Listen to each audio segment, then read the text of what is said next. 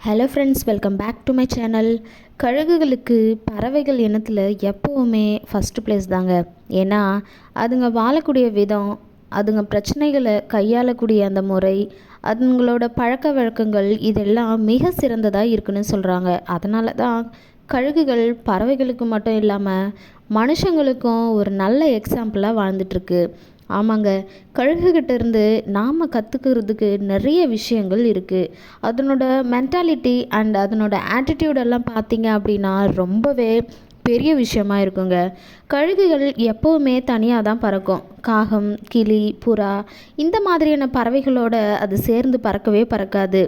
கழுகுக்கு தெரியும் அந்த பறவைகளோட சேர்ந்து பறந்தா உயரமாக அதால் போக முடியாதுன்ட்டு.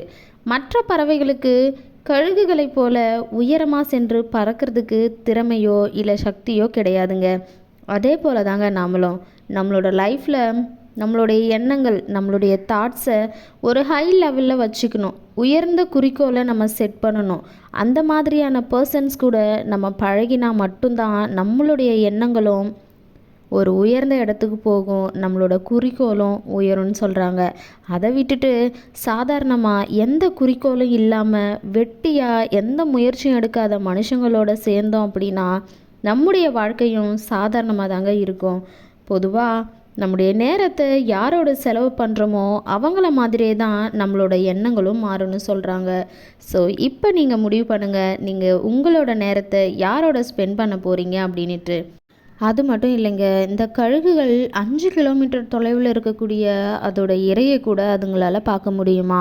அதை நோக்கி போகும்போது அதை பிடிக்கிற வரைக்கும் நடுவில் எந்த பிரச்சனைகளும் அதுக்கு தடைகளாக வந்தாலும் சரி, அதோட கவனத்தை அந்த இறை மேலே இருந்து கொஞ்சம் கூட சிதற விடாதுன்னு சொல்கிறாங்கங்க.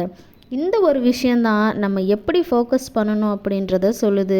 நம்ம வாழ்க்கையில் கூட எவ்வளவோ பிரச்சனைகள் வந்தாலும், என்ன தடைகள் வந்தாலும், எவ்வளவு காரணங்கள் இருந்தாலும் நம்மளோட ஃபோக்கஸ், நம்மளோட கவனம் நம்மளோட குறிக்கோள் மேலே தாங்க இருக்கணும்.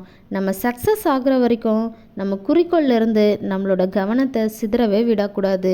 ஸோ ஈகிள்கிட்டேருந்து நம்ம கற்றுக்கக்கூடிய விஷயம் அதனோட மென்டாலிட்டி அண்ட் அதனோட விஷன் எந்த அளவுக்கு இருக்குது அப்படின்றத இந்த ஸ்டோரி மூலயமா நம்ம தெரிஞ்சுக்கிட்டோம். இந்த வீடியோ உங்களுக்கு பிடிச்சிருந்து அப்படின்னா வீடியோக்கு ஒரு லைக் பண்ணிவிட்டு நம்ம சேனலை சப்ஸ்கிரைப் பண்ணாதவங்க சப்ஸ்கிரைப் பண்ணிக்கோங்க. கூடவே இருக்கக்கூடிய பெல் ஐக்கானையும் கிளிக் பண்ணிக்கோங்க.